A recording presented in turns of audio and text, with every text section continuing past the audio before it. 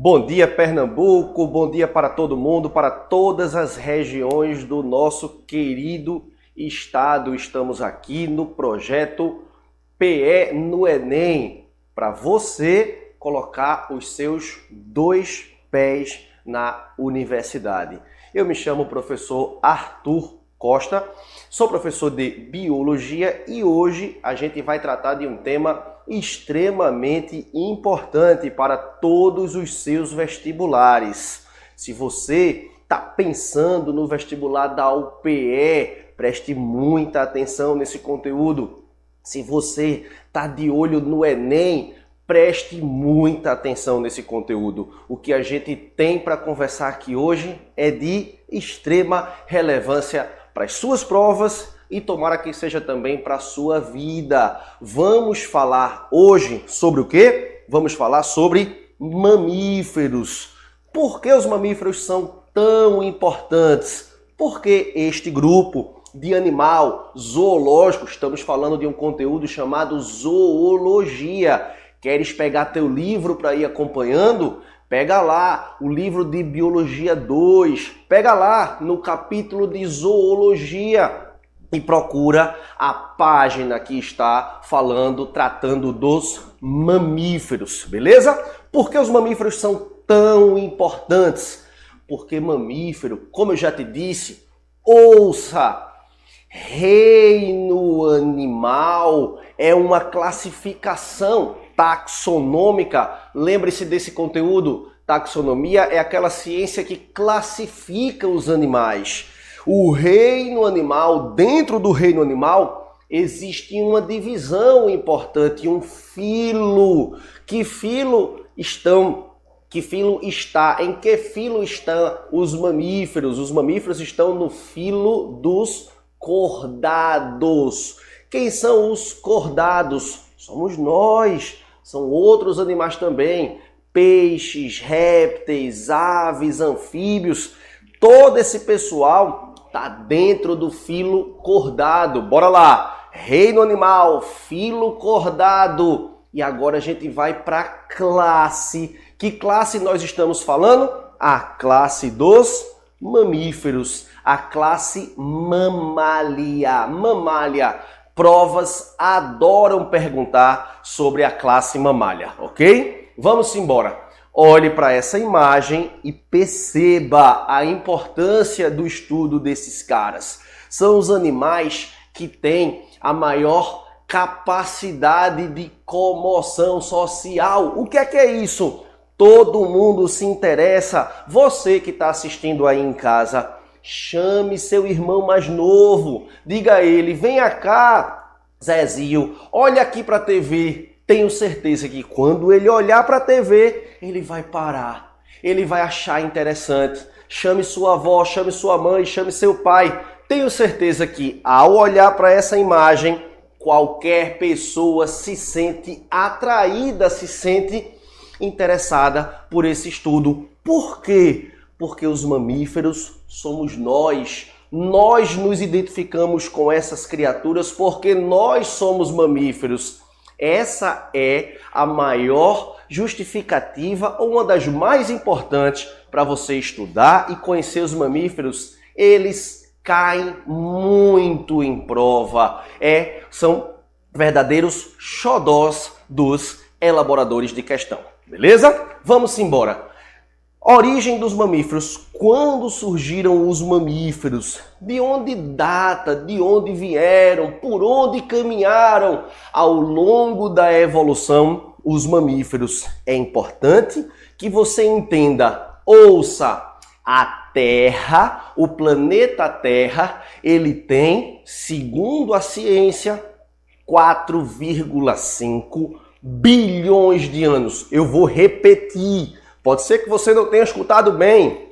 4,5 bilhões de anos. É muito tempo, mas muito tempo mesmo. Queres ter uma ideia? 4,5 bilhões de anos. A vida, do jeito que a gente conhece hoje, surgiu há mais ou menos 500 milhões. Ou seja, o planeta tem 4,5 bilhões e a vida do jeito que a gente conhece surgiu nesse 0,5 bilhões, surgiu nesses 500 últimos milhões de anos. E os mamíferos surgiram exatamente aqui.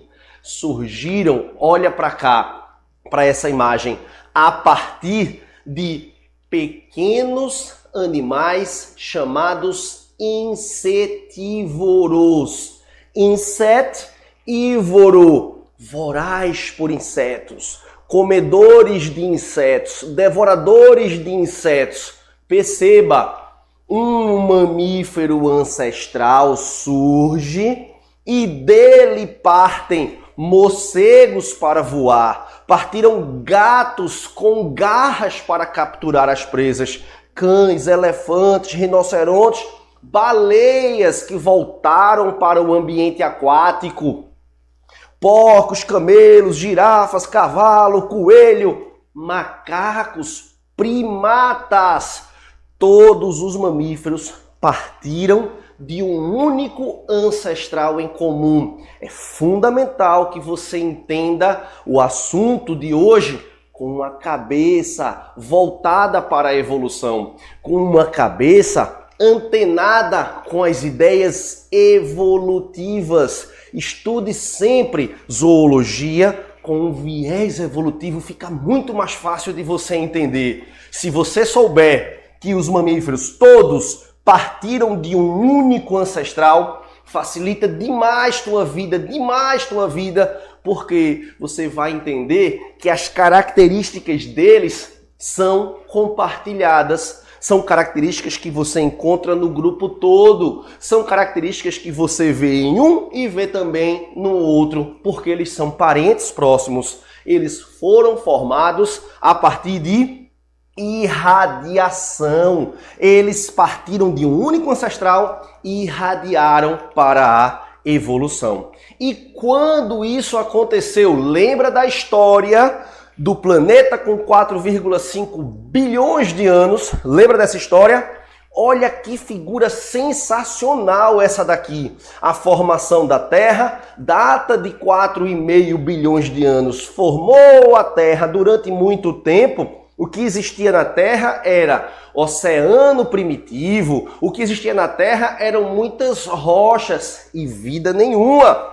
E aí, ao longo dos anos, a evolução, a origem da vida, os indivíduos foram sendo mutados, selecionados, formados, extintos e, preste atenção, há 250 milhões de anos, derivados dos répteis, mais ou menos 250 milhões de anos, derivados dos répteis, surgem os primeiros mamíferos.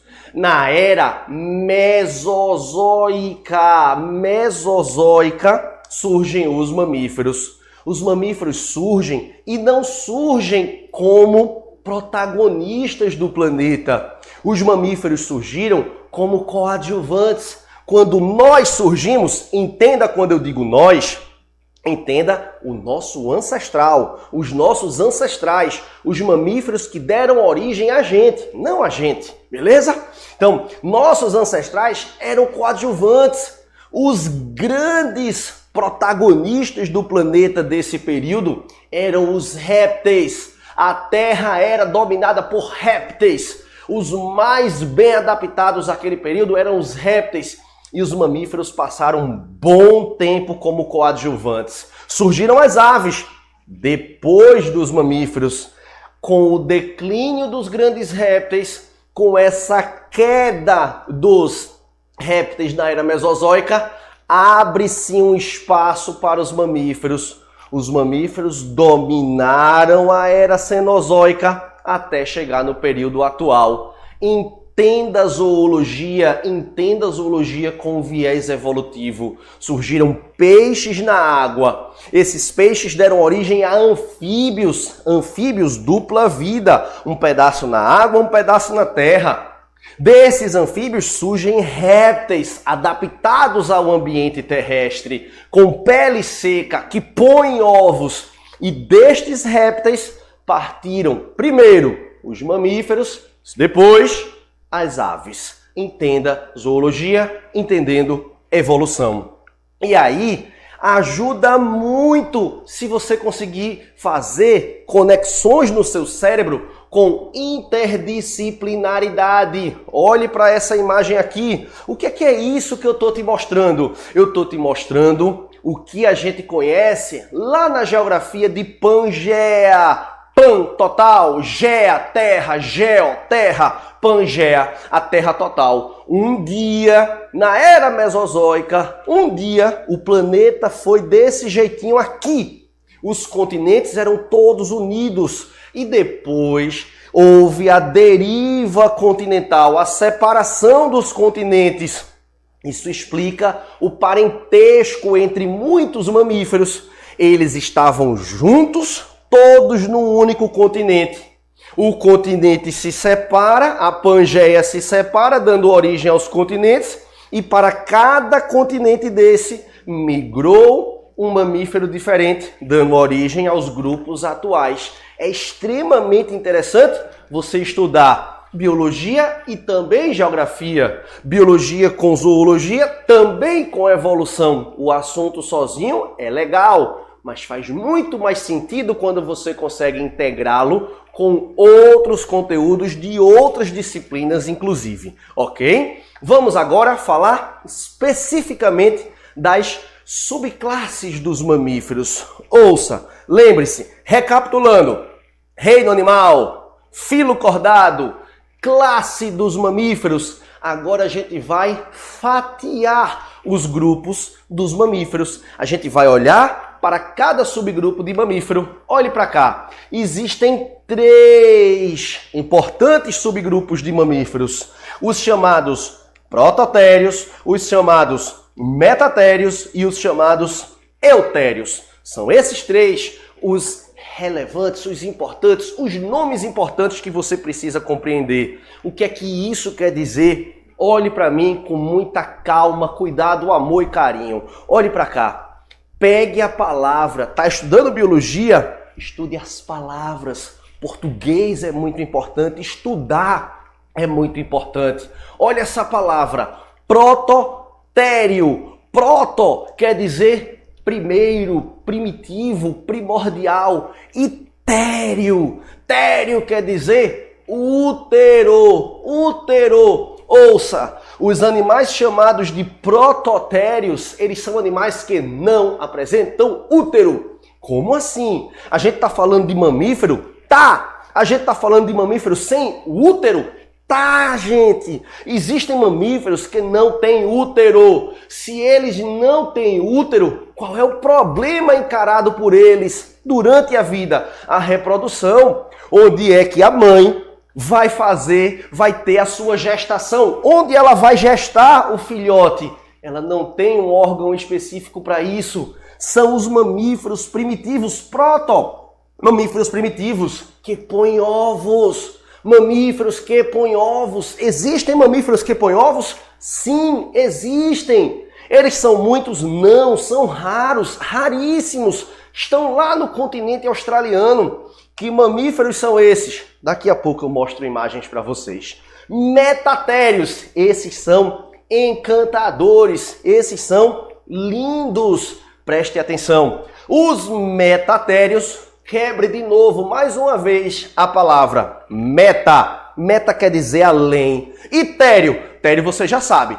Tério quer dizer útero, ok? Preste atenção. Metatério, além do útero. Metatério tem algo além do útero. Como assim algo além do útero? Preste atenção. Cabeça na evolução. Preste atenção. Põe teu juízo na evolução. Sem útero, com útero. Sem útero, com útero. Deixa eu te fazer uma pergunta. Tu acha que algo, um sistema, uma estrutura, quando surge, ela já surge pronta? Ela já surge robusta? Ela já surge do jeito melhor de todos? Claro que não. Não é assim que acontece na nossa vida, não é assim que acontece na evolução. Esse útero que surgiu aqui, é um útero limitado, é um útero pequeno, é um útero que não consegue suportar a gravidez completa. Eu vou repetir, o útero dos metatérios é um útero que não suporta todo o período de gravidez. Isso quer dizer que as fêmeas do grupo dos metatérios sempre dão à luz a filhotes prematuros. Os filhotes nascem antes da hora. É o menor dos filhotes dos mamíferos. São os menores filhotes, os filhotes de metatérios. E aí, imagine uma mamãe que põe seu filho para fora e esse filho nasce desprotegido, imaturo, indefeso. O que é que ela faz com esse filho? Elas têm uma bolsinha, o marsúpio. Elas têm uma bolsa. Você já sabe de quem é que eu estou falando. Quem é que tem uma bolsinha na qual ela guarda o filhote durante um grande período da vida, do início da vida dele? Os cangurus. Canguru todo mundo conhece. É um animal que tem um grande apelo para a sociedade inteira, para todas as crianças. Todo mundo já pensou, já quis ver ou já viu. Se já viu, ficou encantado. São animais incríveis, curiosíssimos. O pirralhinho, o filhotinho, aparece daquela bolsa. Ele está fazendo o que ali? Ele está completando o desenvolvimento, já que a mamãe dele não tinha um útero ainda bem formado. Canguru tem útero, mas é um útero mais ou menos diferente, gente, completamente diferente dos eutérios. Eutério, eu vou repetir, eutério quer dizer o quê? Presença de útero. Eu costumo dizer aos meus alunos o quê? Quem são os eutérios? Eu. Quem são os eutérios? Eu sou eu. Eu sou eutério. Eu, você, sua mãe. Agradeça a ela. Ela tem útero. E o útero que ela tem, gente, é o quê? É um útero bom, é um útero potente, é um útero evoluído, é um útero que suportou você durante 9 meses. Quando ela lhe colocou para fora, quando ela lhe expulsou do útero, você já estava apto, correndo muito menos risco do que um filhote de canguru completamente indefeso. Então, nós somos os eutérios. Surge um útero muito potente e também surge a placenta. Essa placenta auxilia as trocas da mamãe mamífero com seu filhote. Vamos ver os exemplos. Prototérios. Quem são os prototérios? Esse cara daqui de cima, ele é o ornitorrinco. Ornitorrinco, famoso animal australiano. Esse daqui de baixo, ele parece um ouricinho, é um tipo de ouricinho. É a ecdínia, também australiana. São animais que põem ovos. E digo mais, mamíferos que põem ovos. É algo completamente louco isso que eles têm. Eu costumo chamar esses caras de flagra evolutivo. Ele é um flagra, é um flagrante da conexão que nós temos com répteis e mamíferos. Você encontra essa conexão. E são esses caras, essas criaturas que comprovam esse parentesco, que corroboram, que confirmam o parentesco entre animais que põem ovos e nós. Animais que põem ovos e a gente, ok? Metatérios, olhe para cá, que coisinha mais fofinha esse canguru. E aqui em cima, um timbu. É o que, Arthur? Timbu? Sim, os timbus são metatérios. Esses caras que tem aqui em Pernambuco, tem no Brasil, tem na América do Sul, eles são marsupiais. Tem a bolsinha, o marsúpio, que o filhote nasce imaturo e vai para essa bolsa. Canguru, o gambazinho, o timbu, o koala, também australiano. Esses animais são os metatérios. Olha o que eu te disse, olha para essa imagem, vê que imagem bela, vê que imagem potente. Olha para cá, aqui eu tenho uma mamãe canguru e veja como esse filhote nasce. Esse filhote nasce completamente indefeso e mal formado. Ele tem que terminar o seu desenvolvimento dentro do marsúpio. São os animais marsupiais, é o menor parto da biologia. É o parto mais tranquilo da biologia, porque é facílimo colocar alguém do tamanho de um dedo mindinho para fora. Dar à luz a alguém desse tamanho é tranquilo, tranquilo, tranquilo para a mamãe canguru. Vamos embora. Quem somos nós? Eutérios. Olha eu aqui, eu e você, os ursos, os demais primatas, os felinos, os morcegos, a grandíssima maioria, a estrondosa maioria dos mamíferos é do grupo dos eutérios. É a galera que possui útero com placenta. Olha essa imagem, olha um útero suportando esse pirralho. Você pode ver que esta criaturinha aqui, ela já tem cara de gente, ela já está formadinha. Ela consegue permanecer durante um bom tempo, porque esse útero é um útero do bom. O útero da sua mãe era um útero muito evoluído, é um útero dos eutérios. E a placenta surge para manter esse filhote aí dentro, para alimentá-lo, para entregá-lo oxigênio e recolher as suas excretas nitrogenadas para que o pirralhinho permaneça tranquilo e calmo os 9 meses durante a gestação. Beleza? Vamos agora falar de uma das partes mais legais desse conteúdo, que são as adaptações dos mamíferos. Porque eu tô aqui já há 20 minutos falando para vocês dos mamíferos, que os mamíferos são isso, são aquilo, são bons, somos nós. Por quê? De onde vem isso? É fundamental entender as adaptações dos mamíferos, porque somos tudo isso que de fato somos. Somos assim porque temos adaptações, porque temos evolução, passamos pela evolução, desenvolvemos adaptações. Quais foram essas adaptações? É fundamental para entender os mamíferos, é fundamental que você saiba que nós temos 2 órgãos extremamente potentes. Quais são eles? Estão aqui, ó, você vai ver, aqui, ó, pulmões e coração. Pulmões e coração. O nosso sistema, ouça, cardiorrespiratório é um sistema muito potente, gente. É um sistema muito bom, capaz de realizar trocas com perfeição. Deixa eu te dar um exemplo, deixa eu te dar uma notícia, uma informação. Os nossos pulmões são pulmões alveolares. O que é isso? Se você pegar uma lupa, se você pegar um microscópio e for olhar o pulmão da gente a fundo, você vai ver que ele é composto por um monte de bolinha. Parecem pequeniníssimos cachinhos de uva. Essas bolsinhas que tem nos nossos pulmões são chamadas de alvéolos.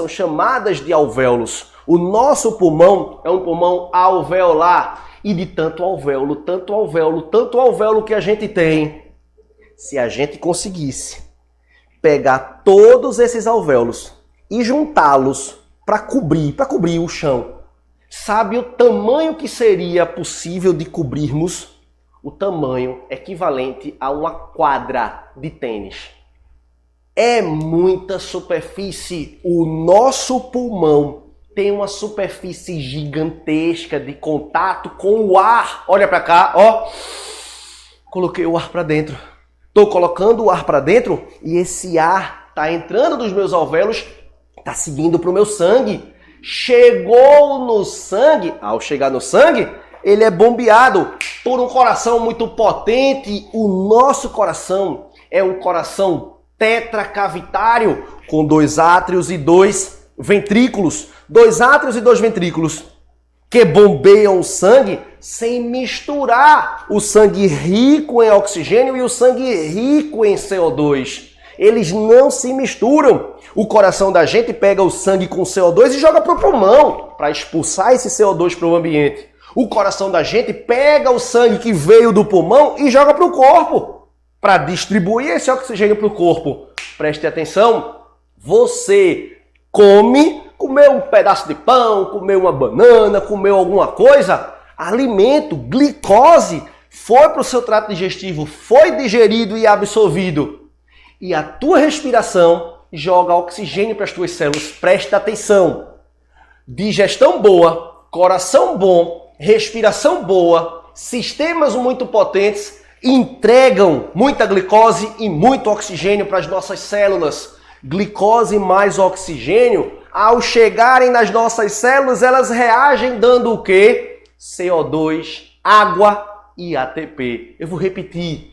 Glicose que vem da digestão, oxigênio que vem da respiração e circulação, chega para as nossas células. Glicose mais oxigênio reagem, dão o quê? CO2 para fora. Água, pouquinho de suor, tô falando. E ATP, muita energia. A gente produz muita energia graças ao nosso coração potente, pulmão potente, digestão potente. Nós somos potentes. E aí, gente, foi desenvolvida, durante a evolução, foi desenvolvida a homeotermia. Nós não somos os únicos homeotérmicos. Nós não somos os únicos animais de sangue quente. Animais homeotérmicos são animais de sangue quente. Nós não somos os únicos. As aves também são. Mas prestem atenção. Aves e mamíferos são a ponta da evolução. São os animais mais derivados. Os livros chamam assim. São os animais mais evoluídos. Homeotermia quer dizer o quê? Temperatura constante. De novo, mais uma vez, estude português, é muito importante. O que quer dizer homeotermia? Homeo, igual. Homo quer dizer igual. Termo quer dizer temperatura. Nós somos esse animal aqui, ó. Animal A. Temperatura é constante. Olha os eixos, o eixo X e o eixo Y. Olha esse eixo aqui embaixo. Temperatura do ambiente. A temperatura do ambiente varia. Você que está agora aí no sertão me assistindo, tá em Araripina, tá em Bodocó, tá em Serra Talhada, tá em Salgueiro. Aí, que horas são? Olha a hora. 10h30 da manhã.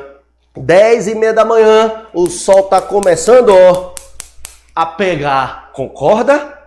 Sol pegando, a temperatura vai lá para 30, 33, 35 graus. Qual é a sua temperatura? A mesma, 36. De noite no sertão, o que é que acontece de noite no sertão? Lá em Triunfo, o que é que acontece? Fica frio, fica friozinho. A temperatura do ambiente vai lá para 20, 18, 17. E o que é que acontece com a sua temperatura? A sua temperatura, se você aferir, 36. Oxê, que danado é isso? O ambiente varia e eu não? Perfeito, parabéns, é isso. O ambiente varia a temperatura, você não. Todos os animais praticamente variam, você não é todo mundo, sua mãe já lhe disse isso. Os animais homeotérmicos, eles não variam a temperatura. Isso é bom, Arthur. Isso é excelente. Quem é desse jeitinho aqui, somente mamíferos e aves. Qual é a grande vantagem dessa adaptação? Nós conseguimos conquistar ambientes mais frios, mais quentes, pouco frios, pouco quentes. A nossa distribuição geográfica, a distribuição geográfica dos animais homeotérmicos, ela foi expandida. Pare para pensar. Se eu disser assim, feche o olho e pense lá no Polo Norte ou no Polo Sul. Pense em biomas frios, tundra, taiga, ambientes congelados. Se você imaginar uma imagem, se você imaginar os animais que lá estão, garanto a você, na sua mente só vem mamífero e ave. Você não vai encontrar serpentes no Alasca. Você não vai encontrar lagartixa, jacaré, inseto. Nada disso você vai encontrar. Porque eles não suportam aquela temperatura fria. E eles não suportam aquela temperatura fria porque eles variam a temperatura de acordo com a variação do ambiente. Eles não conseguem produzir calor suficiente para se esquentar. Esses animais, quase todos, são os animais heterotérmicos. Heterotérmico, temperatura diferente. A temperatura varia ao longo do dia, ao longo do ano. Mamífero e ave não. Mamífero e ave não variam temperatura, são homeotérmicos graças às adaptações que eles têm. Beleza? E agora, falei de adaptações gerais, adaptações que a gente compartilha, por exemplo, com as aves. Essa do coração bom, a do pulmão bom, a da digestão boa. A ave é enxerida, a ave se aproxima da gente pra caramba. Quando o assunto é evolução, elas competem com a gente para ver quem é mais evoluído. Competem. Mas a gente tem adaptações que são exclusivas. Exclusividade. Sabe o que é exclusividade, né? É VIP. Somos VIPs. Como? Em relação a quê? A isso. Olha que imagem bela. Glândulas mamárias. Glândulas mamárias. É claro, né, gente? Como é o nome da nossa classe? Classe mamária. Glândulas mamárias, só mamífero é que tem. Só mamífero tem glândula mamária. Para que serve a glândula mamária? É profundo, viu? Preste atenção, é belo. Glândula mamária nada mais é do que uma glândula que oferece alimento para o filho. E oferecer alimento para o filho é garantir que aquele filho vai sobreviver. É garantir que aquele filho não vai morrer de fome. É garantir que a mamãe vai tirar energia dela, vai tirar glicose dela, gordura dela, vitamina dela, proteína dela e vai entregar para o filho. É garantir, ouça, que mesmo em um período de escassez, a mãe está garantido. Tá aqui, meu filho, sua comida não falta no momento mais importante da sua vida, que é o momento pós-nascimento, onde nós somos mais frágeis. Essas glândulas, elas são importantíssimas para uma das mais fortes e marcantes adaptações da gente, que é o cuidado parental. Nós temos cuidado, pai e mãe, principalmente as mães. Veja as glândulas mamárias quem tem desenvolvida. O cuidado é pleno, sobretudo no início da vida, onde somos mais frágeis, ok? É lindo, é belo. Olha para cá, hemácias anucleadas. Só mamífero tem. Só mamífero tem hemácias anucleadas. Só eles, só eles, só eles. Para que uma hemácia nucleada? O núcleo é uma estrutura muito grande. O núcleo é uma estrutura que ocupa muito espaço. Se eu não tenho núcleo, uma hemácia, me sobra espaço para ter mais hemoglobina. Se eu tenho mais hemoglobina, carrego mais oxigênio. Se eu carrego mais oxigênio, eu consigo produzir mais calor, fazer mais respiração celular. Glândulas subcutâneas, o que é isso? A nossa pele é cheia de glândulas subcutâneas que servem, por exemplo, para produzir sebo, as glândulas sebáceas e suor. As glândulas que são ativadas para regular nossa temperatura. Para que a gente sua? Para regular a temperatura. Você libera suor quando sente calor. Quando o seu corpo está produzindo mais calor do que o necessário, você coloca calor para fora pelo suor. O ventinho bate em você, leva aquele líquido e resolvido. Você não sente mais calor. Ok? Essas glândulas, a sua pele é um baita órgão de regulação térmica. A pele da gente tem uma incrível capacidade de regulação térmica graças às glândulas subcutâneas. Diafragma, olhe para mim, olhe para mim, olhe para cá. Tórax e abdômen. Tórax e abdômen, beleza? Tórax e abdômen. Tórax. Entre essas duas estruturas existe um músculo, de novo, existe um músculo aqui. Esse músculo se chama diafragma. Esse músculo é um músculo potente, é um músculo grande, potente, que faz isso, ó. Ele expande, quando ele se contrai, ele expande a nossa cavidade torácica. Quando ele expande a cavidade torácica, ele auxilia a entrada de oxigênio. O oxigênio entra nos nossos pulmões porque o diafragma, junto com outros músculos, mas esse é o mais importante, ele empurra empurra nosso abdômen para baixo e expande o tórax para a entrada do ar e, consequentemente, do oxigênio. É uma baita de uma adaptação para que a gente consiga respirar melhor. Isso é típico dos mamíferos. Como é típico dos mamíferos também, esse corpício aqui coberto de pelos. Todo mamífero tem corpo com pelo. Todo mamífero tem corpo com pelo, até aqueles aquáticos. Se você olhar para a pele de uma baleia bem de pertinho, você vai ver que tem pelo. Poucos, mas tem. Se você olhar um peixe-boi, você vai ver que ele tem bigode, que nem eu, bigode, feito do gato. Eles têm, mamíferos têm pelos. Pelos são ótimos reguladores térmicos. O pelo ajuda a gente a regular a temperatura, a reter calor quando necessário. É uma baita de uma adaptação. E adaptações especiais. A gente agora vai falar de grupos específicos, de casos pontuais. Vê que interessante essas adaptações. Olha para cá. Heterodontia. Hetero, de novo, mais uma vez. Dica que não é de vestibular, não, é dica de vida. De novo, estude português, estude as palavras. A nossa língua é linda, a nossa língua é bela e rica. Hetero quer dizer diferente. Dontia quer dizer dentes, dentes diferentes. Muitos mamíferos apresentam heterodontia. O que é isso? Dentes distintos, dentes diferentes, dentes incisivos, caninos, premolares, molares. Para que servem esses dentes? Gente, de novo, vamos pensar em evolução. Nós precisamos de muito ATP, de muita energia para regular nossa temperatura. Presta atenção.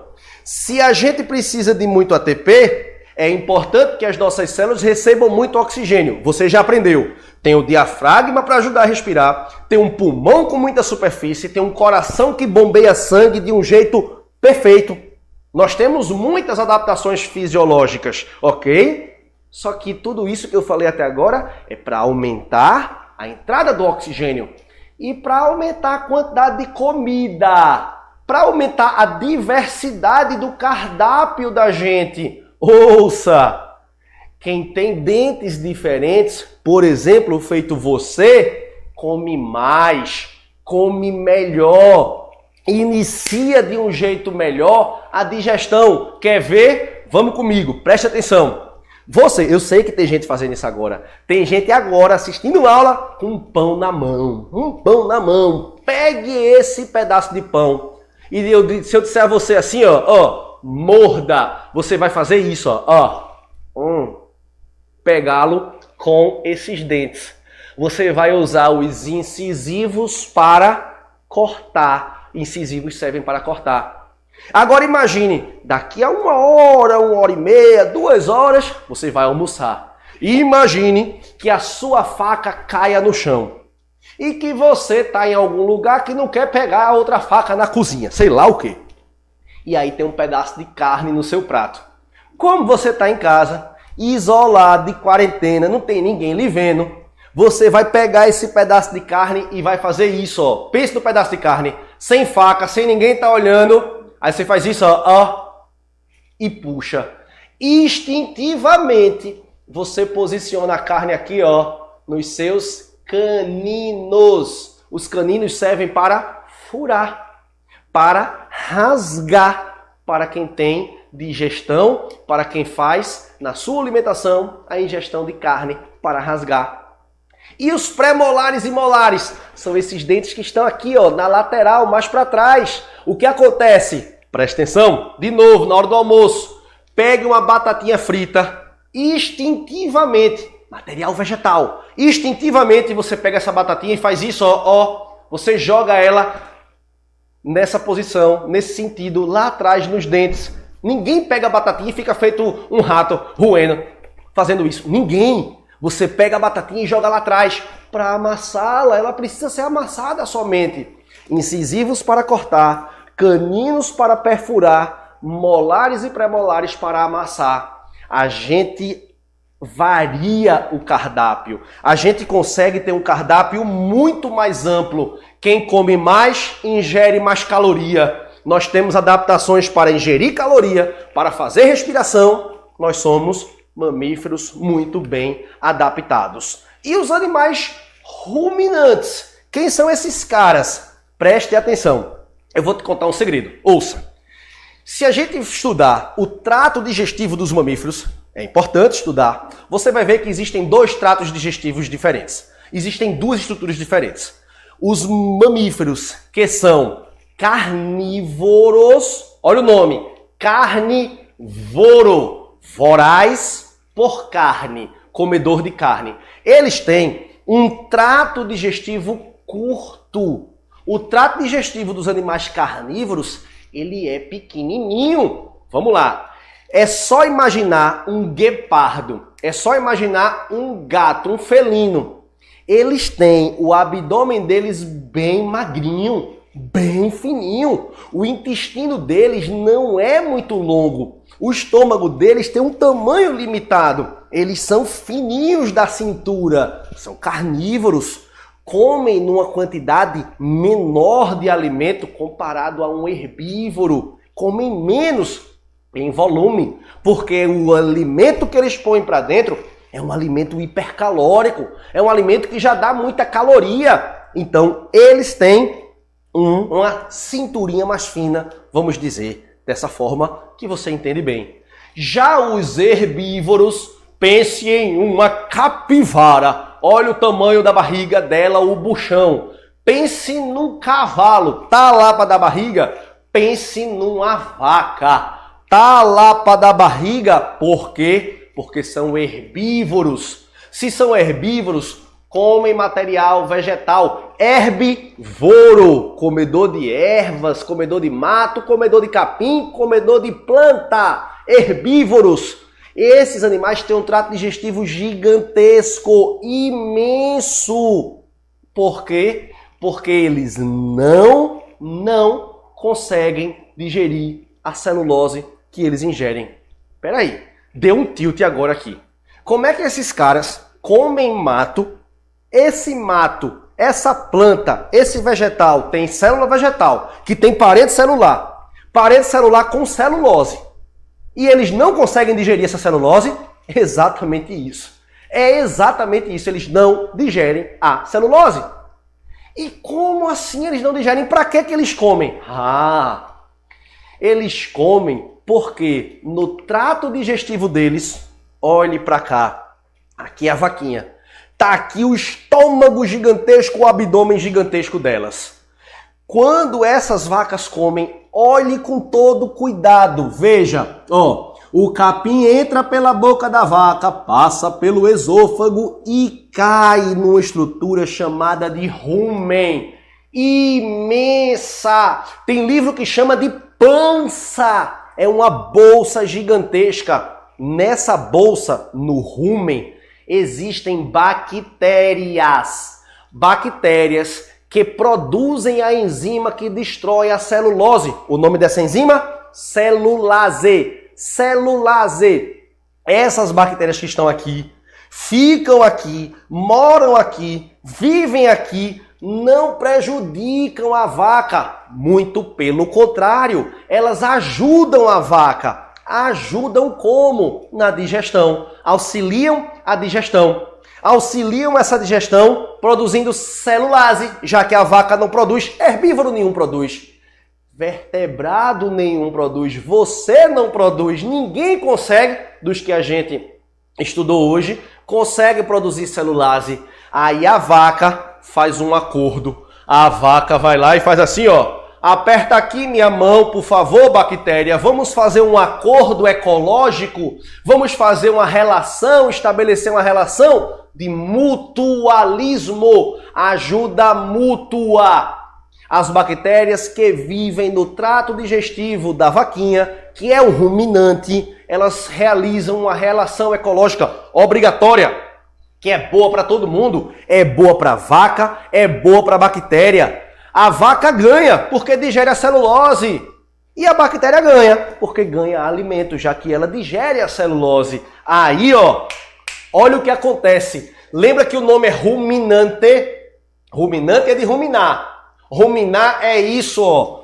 A comida chega pelo estômago, depois, pasmem, essa comida volta para a boca dela. Como? Ela tem uma estruturazinha chamada retículo que ela consegue fazer pequenas bolinhas, bolsinhas de comida e arremessam para a boca de maneira voluntária. Isso é completamente louco para a gente pensar, mas é verdade.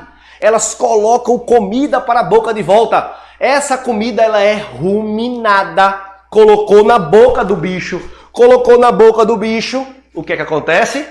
Ele mastiga novamente. Agora com celulase. E essa digestão, por isso que a vaca é tão comum. Todo mundo já deve ter visto uma vaca na sombra, em pé, sem estar comendo e assim, ó. E aí você pergunta, o que danada aquela vaca está mastigando? Ela está mastigando a comida que ela engoliu, literalmente, engoliu, sem mastigar praticamente, há meia hora, uma hora atrás. Ela ruminou. Depois que ela mastiga, olha o que acontece, tem a segunda deglutição. Na segunda deglutição, o alimento vem para uma estrutura chamada omaço, depois abomaço e segue para o intestino. Nessas duas últimas estruturas é que ela vai fazer a digestão do jeito que a gente conhece. Digerir proteína, reabsorção de água e seguir para o intestino. Esse estômago é uma baita de uma adaptação para quem come vegetal. Outra adaptação importante, mamíferos hibernam. Muitos mamíferos hibernam. Muitos mamíferos que vivem em ambientes frios hibernam. O que é que esses caras têm? Olha para essa imagem. Existem dois tipos de gorduras. Existe uma gordura chamada gordura marrom e existe uma gordura chamada gordura branca. O que é isso? Preste atenção. A gordura branca, ela tem no seu tecido uma célula, célula que armazena o lipídio, o lipócito, ela tem uma proporção muito grande de lipídio, imensa de lipídio, muita gordura. Normal, era de se esperar. Só que a gordura marrom é uma gordura cuja célula é rica em mitocôndrias. Vê que coisa fácil de entender. Mitocôndrias são aquelas organelas que produzem ATP.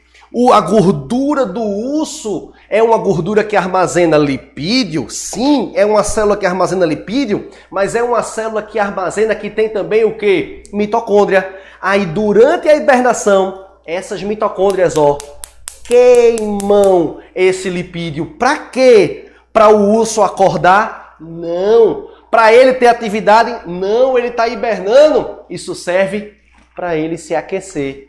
É a única coisa que interessa para ele durante a hibernação. É não morrer de frio. Ele diminui muito o batimento cardíaco, diminui muito a frequência respiratória e fica escondidinho, hibernando, esperando o inverno rigoroso passar. E para produzir calor, ele lança a mão, ele usa a sua gordura marrom. É uma gordura rica em mitocôndrias. Ouça, falei dos que ruminam, falei dos que hibernam. Para a gente concluir, vamos falar dos que voam. Existe mamífero que voa? Sim, existe mamífero que voa. Mamífero que voa, morcego. Eles transformaram a mãozinha deles. Se você olhar, vê que coisa linda. Ó. Um ossinho, dois ossinhos e a mão. Os morcegos transformaram os braços do seu ancestral em asas. Asas de morcego são os famosos, olha o nome, quirópteros. Quirópteros. Quiro quer dizer mão, ptero quer dizer asa. Asa que virou mão, ok?